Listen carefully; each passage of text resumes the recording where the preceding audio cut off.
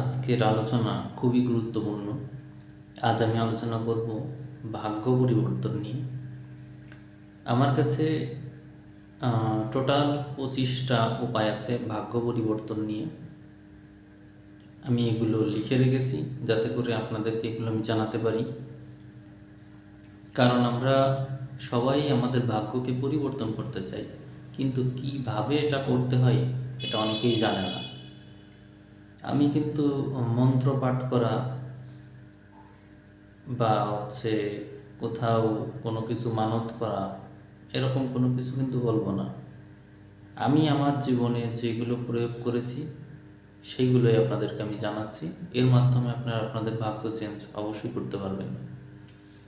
তো যার যার বিশ্বাস আছে বা যার যার এইগুলো প্রয়োগ করার ইচ্ছা আছে তারাই ভিডিওটি দেখুন, বাকিরা আপনারা স্কিপ করে চলে যেতে পারেন। কারণ এগুলো আদিভৌতিক বিষয়, এগুলো কোনো স্বাভাবিক বিষয় না। টোটাল 25টা উপায় থাকবে এখানে। আপনাদের ধৈর্য ধরেই আর কি শুনতে হবে এই কথাগুলো। এখন বাজে প্রায় রাত 1টা, এরকম সময়ে আমি এই ভিডিওগুলো করছি। কারণ এর জন্য আসলে শান্তশিষ্ট বা নীরব পরিবেশ দরকার। এছাড়া আসলে এই ধরনের ভিডিও করা সম্ভব হয় না। তা আপনারা মনোযোগ দিয়ে শুনুন। প্রথম উপায় এবং সবচাইতে জীবনের কঠিন উপায়, যেটা হয়তো আপনারা 99% মানুষ পারবেন না, অনেকের নামই শোনেননি। এটা জ্যোতি দর্শন বা আলোর দর্শন। অর্থাৎ মানুষ যখন মেডিটেশন করতে গিয়ে তার সামনে যেটাকে নূর বলে, একটা আলো আসে। এই আলোটা যে দেখতে পেরেছে তার কোনো ধর্মগ্রন্থ প্রয়োজন নেই, তার কোনো কিছুরই প্রয়োজন নেই। কারণ ওই আলোর দর্শন যে করতে পারে, যে আলোটা তার সামনে আসে, তার দর্শনের কারণে এই আলোই তার জীবনের পথ দেখায় এবং সকল ক্ষেত্রে তার রক্ষা কবচ হিসেবে কাজ করে, সকল ক্ষেত্রে তাকে পথ দেখায়। অর্থাৎ যে এই আলোকে দেখতে পেরেছে তার জীবন অবশ্যই বদলে গেছে। আমি একসময় ভয়ানকভাবে বিভিন্ন রোগ ব্যাধিতে আক্রান্ত ছিলাম। পরবর্তীতে আমাকে একজন বলেছিল যে তুমি প্রাণায়াম মেডিটেশন করো। তো মেডিটেশনের প্রথম দিনেই আমি এই আলোটা দেখেছিলাম। আমি প্রথমে ভয় পেয়েছিলাম, আমি মনে করেছি কেউ হয়তো আমার চোখে লাইট মেরেছে, কিন্তু পরে আমি বুঝতে পারলাম যে না, এটা জ্যোতির দর্শন। এবং এইভাবে এখন কিন্তু আমি প্রতিনিয়ত এটা দেখতে পারি, এবং দেখতে পারি বলেই আমার কথাবার্তা বা আমার যে জ্ঞানের লেভেল, এটা একেবারে অন্যদের থেকে আলাদা। আমি কিন্তু কোনো বই পড়ি না বা কোনো ধর্মগ্রন্থ পড়ি না, কিন্তু আমার ভিতরে কিন্তু ধর্ম রয়েছে। আমি আপনাদের বলবো যে আপনারা জ্যোতি দর্শন করার চেষ্টা করুন। যদি এটা করতে পারেন, আপনার কোনো কিছুরই আর প্রয়োজন নেই, আপনার ভাগ্য চেঞ্জ হইতে বাধ্য। এটা 25 নম্বর সিরিয়ালের 25 নম্বর বললাম, মানে আমি উল্টা আসছি আর কি। এবার 24 নম্বর সিরিয়ালটা বলবো। আচ্ছা, তার আগে বলে নিই, এই পর্বটাই কিন্তু শেষ পর্ব না। আপনারা যা যা বুঝতে না পারবেন তা অবশ্যই কমেন্ট করবেন। যে উপায়টা আপনাদের ভালো মনে হয় সেই বিষয়টা আপনারা কমেন্ট করবেন, যেটা আপনারা করতে পারবেন। পরবর্তী পর্ব যখন আমি দেব আবার, সেই পর্বে এই পর্বে যে সমস্যা আপনাদের হয়েছে সেই পর্বে এইগুলো নিয়ে আবার আলোচনা করে তার সমাধান বলে দেবো। এখন আমি 24 নম্বর নিয়মটা বলছি। 24 নম্বর উপায় কী হতে পারে? কাউকে অপেক্ষা করাবেন না। ধরুন ধরুন আমি কলেজের টিচার, তো আমার কাছে কেউ সত্যায়িত করতে আসলো। এখন আমি চাইলেই কিন্তু অনেক ক্ষেত্রে আমার কাজ হয়তো আছে, হয়তো আমি চাইলে তার কাজটা করে দিতে পারি, অর্থাৎ সত্যায়িত করে দিতে পারি। কিন্তু আমি ভাবলাম যে না, তাকে আধা ঘন্টা অপেক্ষা করাবো বা কিছু সময় অপেক্ষা করাবো, তারপরে তার কাজটা আমি করে দেবো। এই যে আমার মানসিকতা, যদি সত্যি এরকম হয় বা বাস্তবেই যে আমার হাতে সময় আছে কিন্তু আমি এটা করলাম না ইচ্ছা করে, কাউকে যদি হেনস্থা করা হয়, কাউকে যদি দৌড় করানো হয়, কাউকে যদি ইচ্ছা করে তার সময়টা নষ্ট করানো হয়, কাউকে দৌড় করাইলে নিজেকেও দৌড়াতে হয়। আপনারা খেয়াল করে দেখবেন, যে ব্যক্তিগুলো অন্যদেরকে দৌড় করায়, অন্যদেরকে হেনস্থা করে, তার নিজেকেও কিন্তু হেনস্থা হতে হয়। যেমন অনেক বড় বড় ব্যক্তি আছে যারা অনেক পরিশ্রম করে, অনেক দৌড়ায়, তবুও তাদের ডায়াবেটিস আছে। এরকম মানুষ যাদের ডায়াবেটিসের মতন রোগ হয়, অর্থাৎ অন্যকে যে দৌড় করায় সে নিজেও দৌড়ায়, অর্থাৎ তার বেঁচে থাকার তাগিদে তাকে দৌড়াতে হয়, এরকম একটা রোগ হয়ে থাকে বা এই টাইপের রোগ হয়ে থাকে। যে ব্যক্তি অন্যদের প্রয়োজনকে না বুঝে তাদেরকে সবসময় হেনস্থা করে, সে নিজেও হেনস্থার শিকার হয়। এই জন্য ভাগ্য পরিবর্তনের জন্য আপনি অবশ্যই কাউকে কখনো কোনো কাজে অপেক্ষা করাবেন না। যদি আপনার সময় থাকে, সুযোগ থাকে, অবশ্যই অপেক্ষা করাবেন না। 23 নম্বর উপায়ে আমি বলবো, সোজাসুজি ও সংক্ষেপে উত্তর দিতে শিখতে হবে। ধরুন কেউ আপনাকে জিজ্ঞাসা করলো, তুমি কি আমাকে ভালোবাসো? আপনি অ্যান্সার দিলেন, তোমার কি মনে হয়? এটাও একটা অ্যান্সার, অথবা এটাও বলা যেত হ্যাঁ অথবা না, এটাও বলা যেত। কিন্তু তোমার কি মনে হয় বা তুমি যা ভাবো তাই, এই ধরনের যে অ্যান্সার, এগুলো কিন্তু জটিল মানুষের অ্যান্সার। যারা এই ধরনের জটিল উত্তর দিয়ে থাকে তারা ভাগ্যগতভাবে পীড়িত থাকে এবং তারা এরকম ভাগ্যই প্রাপ্ত করে। তারা কখনো তাদের মুখে শুনবেন না যে তারা ভালো আছে, সুখী আছে, মহাসুখী তারা জীবনে, কখনো শুনবেন না। কারণ এদের অ্যান্সারটা যেমন, এদের উত্তরটার কারণে এদের জীবনটাও এমনই হয়, এরা দুর্ভাগ্য প্রাপ্ত করে। এরকম মানুষকে পরিবর্তন যদি না করতে পারেন, তবে তাদের থেকে ব্যবধান বজায় রাখুন, তাদের থেকে দূরত্ব বজায় রাখুন, এটা আপনার সৌভাগ্যের কারণ হবে। একটা তীরকে যদি আপনি লক্ষ্য করেন, সেই তীর কিন্তু একটাই খোলা থাকে এবং একদিকেই যায়।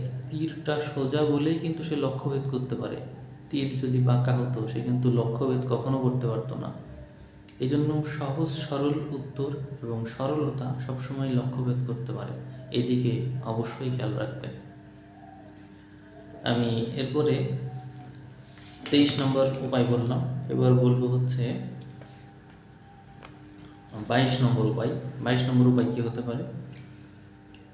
একবার ব্যবহার করা ড্রেস দ্বিতীয়বার সেটা না ধুয়ে ব্যবহার করবেন না। অর্থাৎ আমি যদি আমাকে প্রতিনিয়ত পরিবর্তন করতে চাই, তাহলে গত দিনের যে স্মৃতি আমার পোশাকের সাথে রয়ে গেছে, ধরা যাক আমি তখন খুব হতাশ ছিলাম, যে পোশাকটা পরে আমি হতাশ ছিলাম, আজও যদি আমি পরিবর্তনের পথে হাঁটতে গিয়ে ওই ড্রেসটাই আবার পরি, তাহলে তার যে রেণানু বন্ধন আছে তার প্রভাবে কিন্তু আমি পড়ে যাব।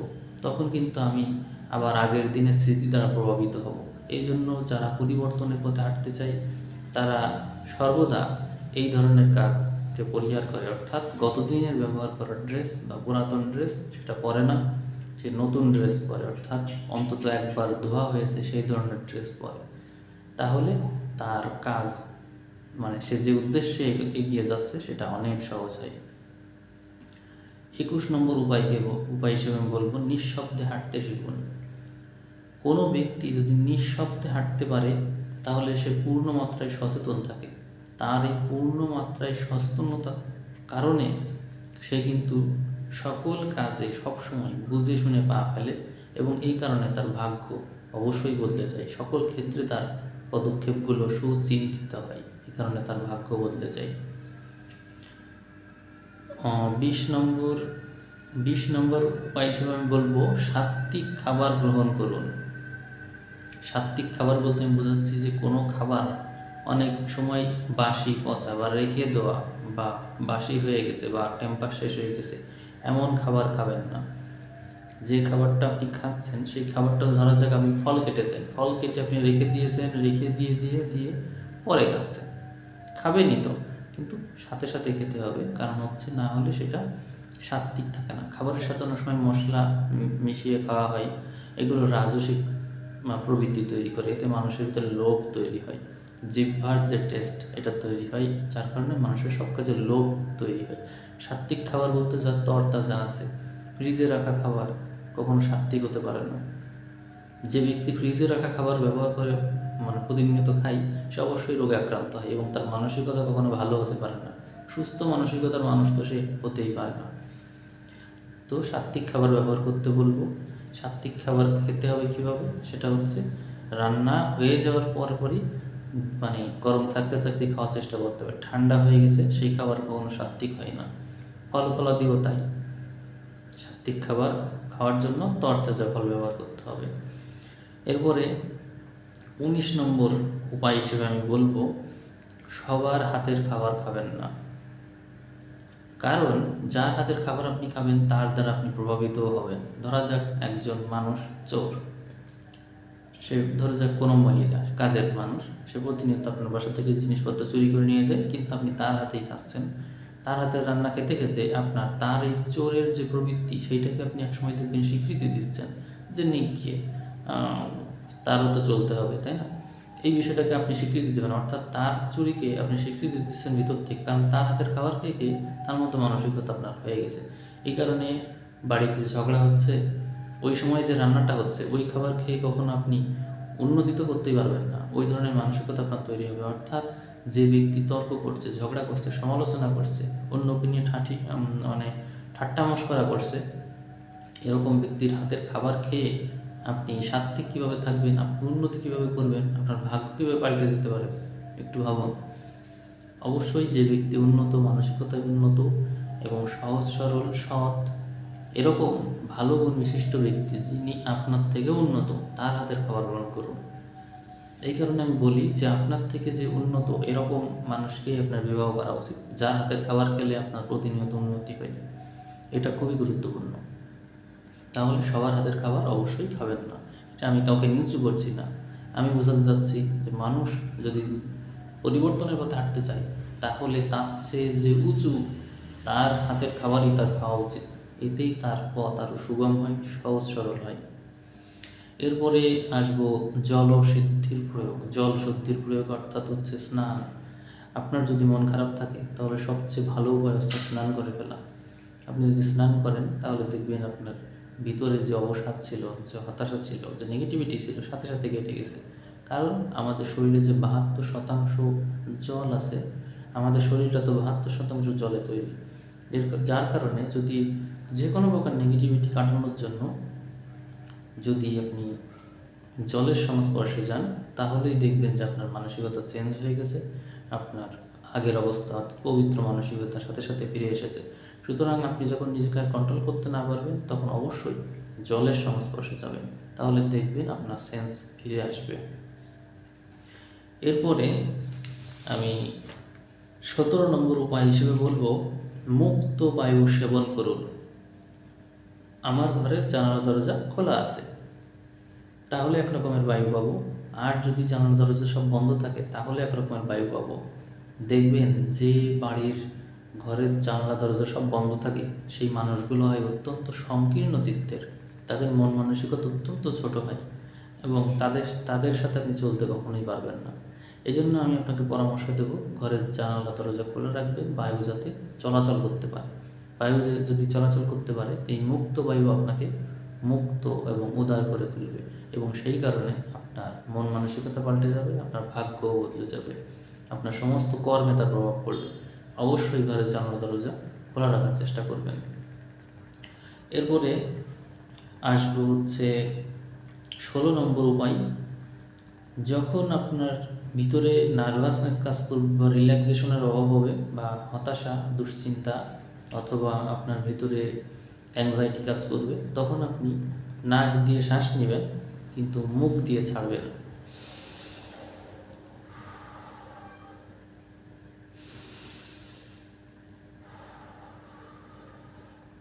এই যে আমি দেখালাম এইভাবে, এইটা অন্তত 5 বার মতো করবেন। 5 বার করলেই দেখবেন আপনার নাকটা অনেক ঠান্ডা হয়ে গেছে, সাথে সাথে আপনি রিল্যাক্স হয়ে যাবেন।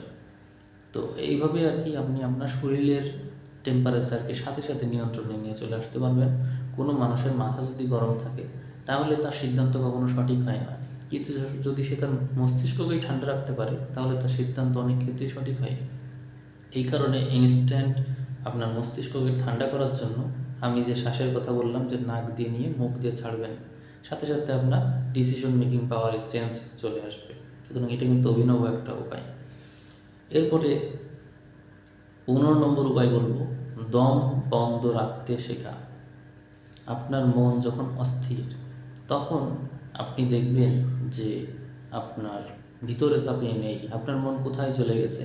আপনি তখন শ্বাসগুলো দীর্ঘ করতে শিখুন, দম বন্ধ করে রাখুন, শ্বাস নেবেন, নিয়ে দম বন্ধ করে রাখুন।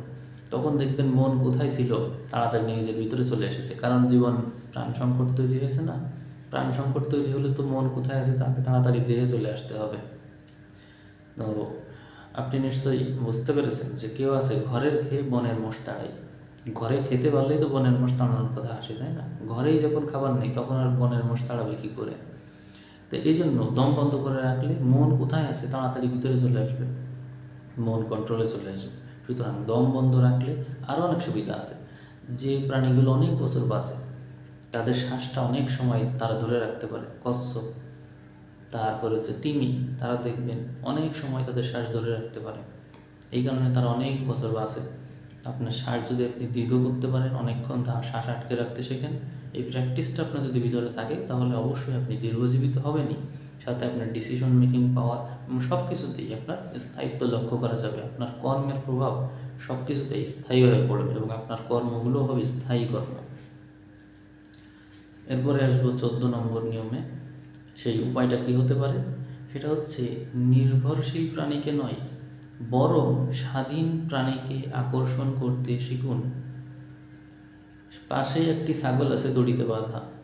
আপনি তার কাছে গিয়ে তার মুখের সামনে একটি পাতা দিলেন, সে এসে খেলো।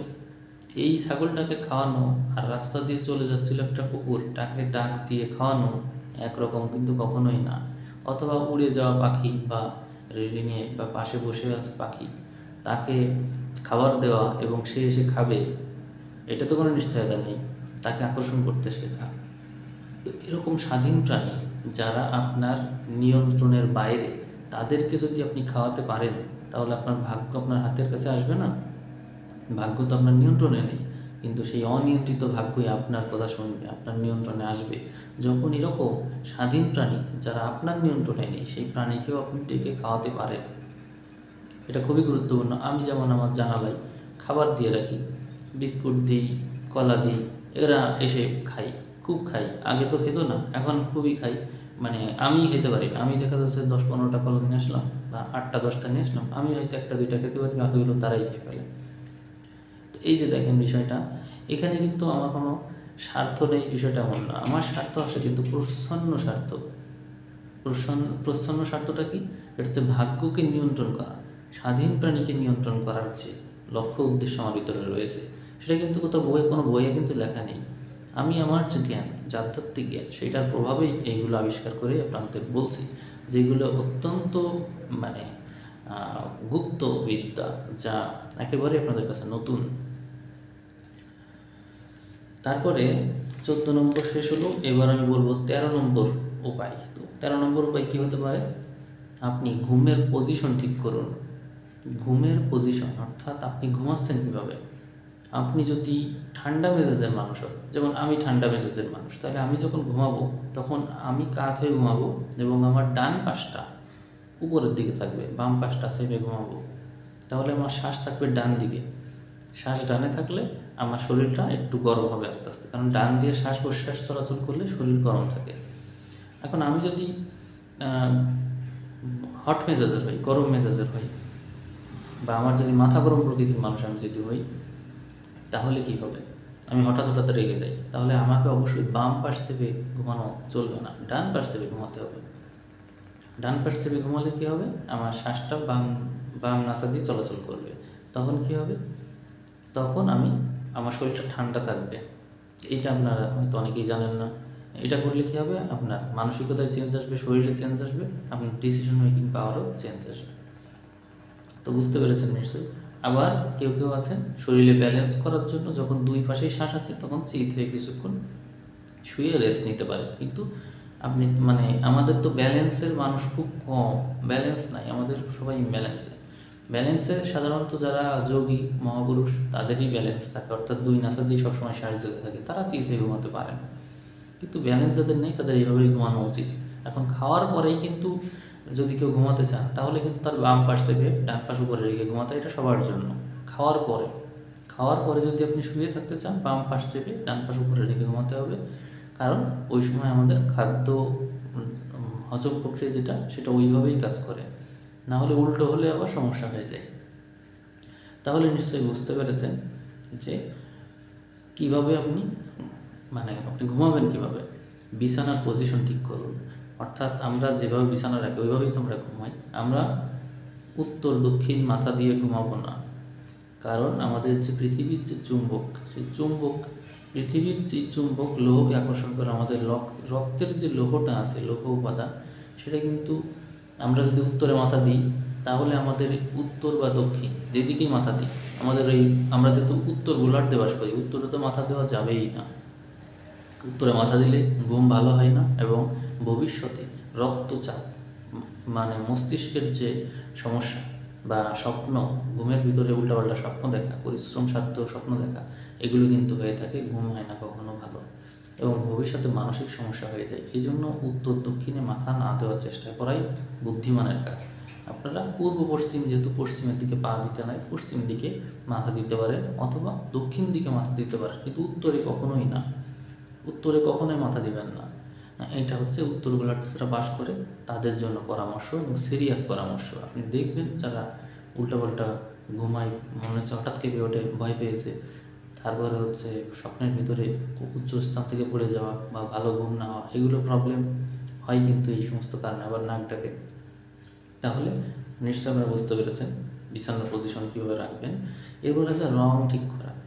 আমি যে বিছানায় ঘুমাচ্ছি সেই বিছানার রং, যেমন আমার কাছে এখন আমি যে ড্রেসটা পরে আছি, এই ড্রেসটা ব্যবহার করে কিন্তু আমি ঘুমাবো না, কারণ এই ড্রেসটা আমার এখন রাত 1টা বাজে, এখন আমার কথা বলতে হচ্ছে, আমার না, আমি এমনি টায়ার্ড, সারাদিন কাজ করছি, এই টায়ার্ডনেসের ভিতরে আমি কিন্তু এই পোশাকটা কেন পরেছি, যাতে এনার্জি নিয়ে একটু কথা বলতে পারি। তো লাল রঙের ড্রেস পরে ঘুমানো যায় না, কারণ এটা অ্যাক্টিভিটির রং, অ্যাক্টিভ। আমি যখন এই ড্রেস পরে ঘুমাবো, তাহলে তো আমার ঘুমটা ভালো হবে না, কারণ এটা তো অ্যাক্টিভিটির রং, মানে এটা কর্মের কর্মের বা সংগ্রামের রং। এইটা ব্যবহার করলে মানুষের অ্যাক্টিভিটি লেভেল বেড়ে যায়। তাহলে অবশ্যই আপনারা লাল রঙের কোনো কিছু ব্যবহার করবেন না ঘুমানোর বেডে, বালিশে, কোথাও না, পোশাকেও না। তাহলে এবার 12 নম্বর নিয়ম বা উপায় কি হতে পারে? লোভ ত্যাগ করতে হবে। লোভ ত্যাগ করতে হবে কেন? কারণ হচ্ছে যে ব্যক্তি নিজের ভাগ্যকে বদলাতে চায়, সে যদি আগের কোনো কিছু চেয়ে বসে থাকে, তাহলে তো হবে না। একজন মানুষ চায় মোটর সাইকেল, কিন্তু সে কারোর কাছে সাইকেল চেয়েছে। সাইকেল যদি চেয়ে রেখে দেয় এবং মোটর সাইকেলের জন্য সে পরিশ্রম করতে থাকে, তাহলে তো ওই সাইকেল কেন চেয়ে রেখেছে, ওই চিন্তায় কিন্তু তাকে মোটর সাইকেল পেতে দিবে না, কারণ ওই যে সাইকেল চাওয়া আছে তার। এই জন্য লোভকে ত্যাগ করতে হবে। আপনার ডেস্টিনি কী সেটা আপনি জানেন না, এই জন্য না জেনে আপনি কোনো কিছু চেয়ে রাখতে পারেন না। ধরা যাক আমার ঘরের উপরে কোনো মানে ছাদ নাই, ঘরে ছাদ নাই, ঘরে যদি উপরে মাথার উপরে ছাদই না থাকে, তাহলে আমি সেখানে একটা ফ্যান যে ঝুলাবো, ফ্যান তো ঝুলাতে পারবো না, ফ্যান কিনে করবোটা কি? বুঝতে পেরেছেন? ধরেন আমি একটা এই পাওয়ারওয়ালা চশমা ব্যবহার করলাম, কিনে নিয়ে আসলাম বা করলাম, কারোর একটা পাওয়া গেছে সেটা, এখন কারোর কাছ থেকে উপহার পাইলাম চশমা, আমার তো চশমা লাগবে না, তাহলে আমি করবোটা কি সেটা দিয়ে? অর্থাৎ যে জিনিস আমার প্রয়োজন না সেটা নিয়ে তো লাভ নেই, বা ভবিষ্যতে প্রয়োজন হতে পারে, বা যে জিনিস আমি পিছনে ফেলে এসেছি সেটা নিয়ে তো লাভ নেই আমার। আমি আপনাদের বলবো, ভবিষ্যতে আপনি স্বর্গ লাভ করবেন বা স্বর্গ চাই, স্বর্গ ভোগের যে লোভ, এই লোভটাকে আপনার ত্যাগ করতে হবে। এটাও তো একটা বিরাট ধরনের লোভ, যে আমি মরে যাই, বেঁচে থাকি, যা কিছু হয়ে যাক, আমার ওইটা দরকারি, এটা তো বিরাট ধরনের লোভ। এই লোভকে ত্যাগ করতে হবে। যারা স্বর্গের লোভ যাদের ভিতরে আছে, তারা তো ভালো মানুষ কখনো হতে পারে না, কারণ এই লোভ তাকে বাঁচিয়ে রাখে, এবং এই লোভের কারণে যে কোনো প্রকার পাপ কর্ম করতে দ্বিধা করে না। কারণ লোভ রয়েছে, মরে গেলেও যে লোভ চায় না তার, এই লোভটা তো বড় ধরনের লোভ, ডেঞ্জারাস। সুতরাং আপনাকে সৃষ্টিকর্তার কাছে কোনো কিছু চাওয়া যাবে না, কারণ আপনি আপনার যে ভাগ্যকে পরিবর্তন করতে চান, আপনি চেয়ে বসে আছেন বলেই আপনাকে দিতে পারেন না। আপনাকে দিতে চেয়েছিল 100 টাকা, আপনি চাচ্ছেন 2 টাকা, তো 2 টাকা যে চেয়ে বসে আছে তাকে তার 100 টাকা দেওয়ার সুযোগ থাকে না, এটা বুঝতে হবে। এরপরে বলবো গাছ লাগাতে হবে। 11 নম্বর উপায়, গাছ লাগাতে হবে। কারণ আমরা নিজেদের অজান্তেই আমরা পাপ করছি, কিন্তু এই যে আমি শ্বাস নিচ্ছি, শ্বাস ছাড়ছি, এখানে কি আমি যেখানে আছি এখানে কোনো গাছ লাগিয়েছি? অন্য কোনো কারোর লাগানো গাছের শ্বাস আমি নিচ্ছি না, তো প্রতিনিয়ত আমি কার্বন ডাইঅক্সাইড ছেড়েই যাচ্ছে, এটাও তো এক প্রকার পাপ। তো আপনাকে গাছ লাগাতে হবে। গাছ লাগালে কি হয়? এটা এই যে উপকার, এটা সমস্ত কিছুর উপকার করে একসাথে, সমস্ত প্রাণীগুলোর উপকার করতে পারে। এই জন্য গাছ লাগানো হচ্ছে বড় কোনো উপকার হতে পারে না, এই জন্য অবশ্যই গাছ লাগান এতে সমস্ত কিছুর আশীর্বাদ, সমস্ত কিছুর দোয়া আপনি পাবেন। 10 নম্বর নিয়ম বলবো, কারো কাছে কখনো বাকি থাকবেন না। কোনো মানুষ যদি বাকি থাকে কারোর কাছে, তাহলে দেখা যাচ্ছে সেই লোক ঘুমাতে যাওয়ার সময় তাকে একবার গালাগালি করে, ঘুম থেকে উঠে একবার গালাগালি করে, যখনই সময় পায় তাকে গালাগালি করে। এরকম যে গালাগালি প্রতিনিয়ত কারোর কাছ থেকে পাচ্ছে সে, মানে মনে প্রাণে বদদোয়া করা, এটা এই ধরনের মানুষের যে বদদোয়া, সে নিশ্চয়ই মানে চাচ্ছে কেন টাকাটা বা পাওনা জিনিস সে মনে করে কেন, নিশ্চয়ই স্বভাবই। তার মানে মনে প্রাণেই তো বদদোয়াটা তো মনে প্রাণেই দেয় সে। এই জন্য কারোর কাছে কখনো বাকি থাকা যাবে না। এরপরে এটা শেষ করলাম কত নম্বর নিয়ম? 10। তাহলে এবার বলবো 9 নম্বর নিয়ম। 9 নম্বর উপায় কী হতে পারে? 9 নম্বর হচ্ছে, পাওনাদারকে কখনো কম দেবেন না। অর্থাৎ আপনার কাছে যে কোনো কিছু পায় তাকে আপনি কখনো কম দেবেন না, একটু বেশি দিন, কিন্তু কখনো কম তো দিবেনই না। কারণ যে পাওনাদারকে কম দেয়, অর্থাৎ আমার কাছে যে পাবে, যা তার প্রাপ্য, সে যদি সেটা না দিতে পারে, তাহলে সে তো ওই দাবিটা ছাড়তে পারে না, এবং এতে দরিদ্র যোগ সৃষ্টি হয়। অর্থাৎ আমি দরিদ্র, এই জন্যই আমি দিতে পারি নাই, আমি তো এটা স্বীকার করে নিচ্ছি যে সে যেটা পায়, তার যেটা পাওনা প্রাপ্য, সেটাও আমি দিতে পারিনি। তাহলে কি হলো? তাহলে তাকে যে তার প্রাপ্যটাও আমি দিতে পারলাম না, নিশ্চয়ই আমি দরিদ্র, না হলে তার এটা সম্ভব হতো না। সুতরাং এটা বড় ধরনের দরিদ্র যোগ সৃষ্টি করে। পাওনাদারকে কখনো কম দেবেন না, 2-1 টাকা পারলে আরও বেশি দিবেন। দরিদ্রকে অবশ্যই কিছুটা বেশি দিন। ধরুন গাড়ি ভাড়া হয়েছে 6 টাকা, আপনার কাছে আছে 5 টাকা, 2 টাকা, 7 টাকা, ওই 1 টাকা নেওয়ার জন্য দাঁড়িয়ে থাকবেন না। 1 টাকা 2 টাকা বেশি দিলে কখনো ক্ষতি হয় না। এরকম মানে ভিতর থেকে আসলে দিতে ইচ্ছা করে না যে 1 টাকা বেশি দিয়ে দিব। ইকোনমিক্যাল হিসাব করলে এটা কখনো স্বীকার করা হয় না, কখনো দেওয়া যায় না। ইকোনমিক সেন্স থেকে যদি আপনি হিসাব করেন, তাহলে ইকোনমিক সেন্স বলবে যে না দেওয়া যাবে না, তাহলে তার বিরাট প্রফিট হয়ে যাবে। কিন্তু আপনার ওই চিন্তা করার দরকার নেই, কারণ হচ্ছে আপনি যা দিচ্ছেন ভবিষ্যতে সেটা আবার ফেরতই আসে। কারোর কোনো কিছুই কেউ কখনো নিতে পারে না। আপনার সম্পদ আপনারই থাকে, অন্য কোনো রূপ দিয়ে সেটা আবার ফিরে আসে। এইটা যদি আপনি জানেন, তাহলে আর কখনো সমস্যা হবে না মনে হয়। আপনি যে যা পাবে তাকে তো সেটা দিবেনই, 2-1 টাকা বেশি দিয়ে দিবেন। এটা করবেন, তাহলে তার ভিতর থেকে একটা ফ্রিকোয়েন্সি, ইতিবাচক ফ্রিকোয়েন্সি আপনার দিকে ধাবিত হবে, সেটা আপনার ভাগ্য পরিবর্তনে বিরাট হেল্প করবে। এটা তো চেয়ে পাওয়া যায় না। এরপরে আসবো 7 নম্বর কৌশল, সেটা হচ্ছে দান করতে হবে। কাকে দান করতে হবে? পশু পাখিকে। পশু পাখিকে দান করতে হবে যারা কোনো এক্সপেকটেশন রাখে না, আপনার প্রতি তাদের কোনো এক্সপেকটেশন নেই, তাদেরকে আপনি দিবেন। এদেরকে দিলে এই সমস্ত প্রাণীগুলোর যে দোয়া বা আশীর্বাদ, এইগুলো আপনার জীবনকে অনেক সহজ সরল করে তুলবে, আপনার জীবনের জটিলতা অনেক কমিয়ে দেবে। এরপরে বলবো মোবাইল নম্বরে পরিবর্তন আনুন। এটা হচ্ছে 6 নম্বর কৌশল। মোবাইল নম্বর পরিবর্তন আনবেন কেন? কারণ হচ্ছে মোবাইল আমরা এখন অনেক প্রযুক্তির সময় অনেক বেশি এগুলো ব্যবহার করি, হচ্ছে ফ্রিকোয়েন্সি আছে, তার মাধ্যমে কিন্তু আমরা আরেকজনের মনে জায়গা করে নিই, বা কমিউনিকেশন স্কিল এর মাধ্যমে দিয়েই মানে প্রসার লাভ করে। আপনারা আপনাদের মোবাইল নম্বরে দেখবেন আপনাদের জন্ম তারিখের সকল সংখ্যা মোবাইল নম্বরের ভিতরে আছে কি না, এবং আপনার যে জন্ম তারিখের যে সংখ্যা, অর্থাৎ আপনার জন্ম তারিখে যে তারিখে জন্ম, সেই সংখ্যাটা আপনার এই সংখ্যাটা এবং আপনার জন্ম তারিখের সকল সংখ্যা যোগ করলে যা হয়, একটা সংখ্যা আসে না, আপনার সমস্ত জন্ম তারিখ যোগ করলে, একইভাবে আপনার মোবাইল নম্বরটাও টোটাল যোগ করলে ওই সংখ্যাটা আসে কি না, আপনার জন্ম তারিখের সকল সংখ্যা যোগ করলে যা আসে, আপনার মোবাইল নম্বর টোটাল যোগ করলে তাই আসে কি না, অবশ্যই সেই ব্যাপারে খেয়াল রাখবেন। এটাও ভাগ্য পরিবর্তনের জন্য বিরাট হেল্প করে। তাহলে 6 নম্বর নিয়ম কৌশল শেষ করলাম।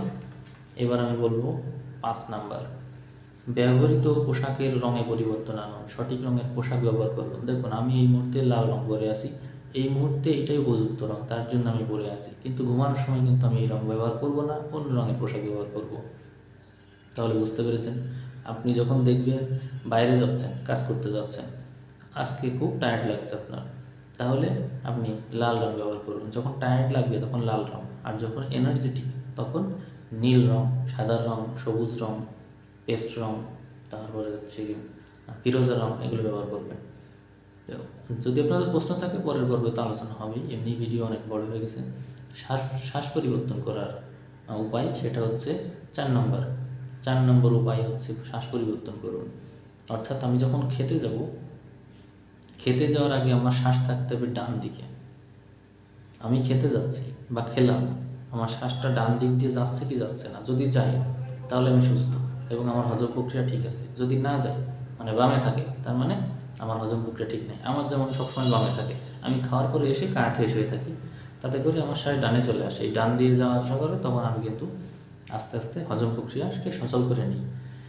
তো আমি কিন্তু নিজের চেষ্টায় শরীরকে ঠিক রাখি। শরীরের নিজস্ব প্রক্রিয়া যদি আমি চলতাম তবে তো অনেকবারই অসুস্থ হইতাম, কিন্তু আমি তো সহজে অসুস্থ হই না, কারণ আমি এগুলো জানি। তো তাহলে শ্বাসের প্রক্রিয়াকে অবশ্যই নিজের কন্ট্রোলে রাখতে হবে।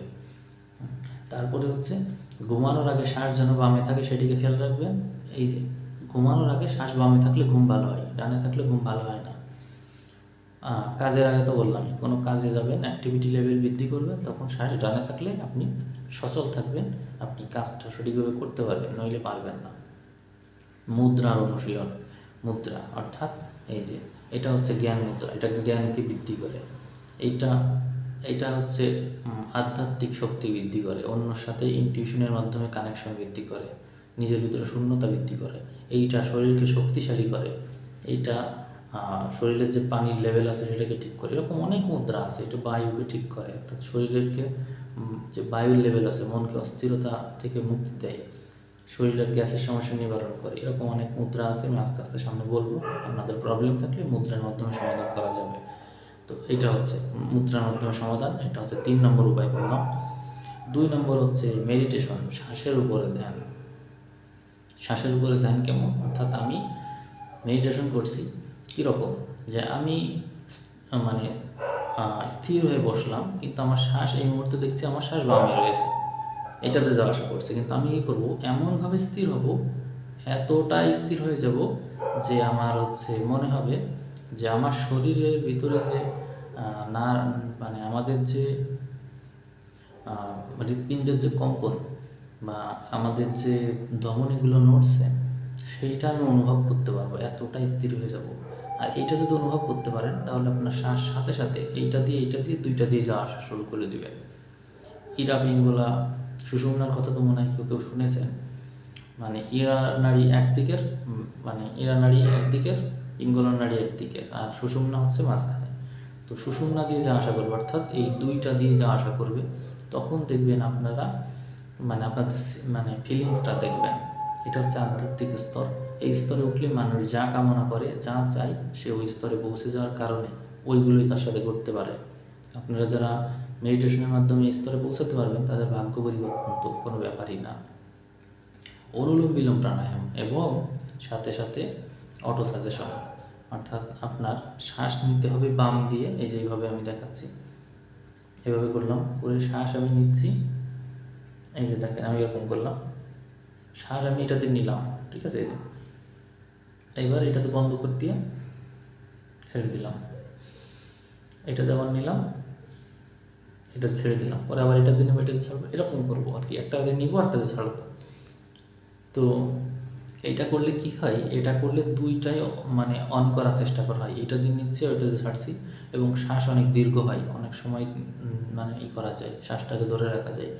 এবং সাথে সাথে কানে হেডফোন দিয়ে শুনবো হচ্ছে auto suggestion, quantum method auto suggestion. এটা করলে কি, অনুলোম বিলোম হচ্ছে আমাদের সফটওয়্যার চেঞ্জ করে দেয়, আমাদের ব্রেনের যে সেটিং সফটওয়্যার, যা আমরা পূর্ব স্মৃতি হিসেবে ব্যবহার করি, অর্থাৎ আমাদের পূর্বপুরুষ শিখিয়ে দিয়েছে যা, যে ও তোমার শত্রু, ও হচ্ছে তোমার বন্ধু, এই বইটাকে পছন্দ করলে তুমি হচ্ছে পরকালে ভালো থাকবা, আর এই বইটাকে অপছন্দ করলে তুমি পরকালে সুখ ভোগ করবা। মানে এই প্রাণীটা ঘৃণা করো এবং এই প্রাণীটাকে পছন্দ করো, এরকম যে ভুলভাল সেটিং ভিতরে দিয়ে দিয়েছে, এইটাকে অনুলোম বিলোম প্রাণায়ামের মাধ্যমে ডিলিট করে দিতে হবে, দিয়ে অটো সাজেশন নিতে হবে নিজের ভিতরে। অটো সাজেশন ভিতরে নিয়ে জীবনের সঠিক বোধ জাগ্রত করতে হবে। আর আলোর দর্শন যদি হয়ে যায় তাহলে তো আর এই অটো সাজেশনের প্রয়োজন নেই। তো নিশ্চয়ই আপনারা বুঝতে পেরেছেন, আমি এটাই শেষ ছিল।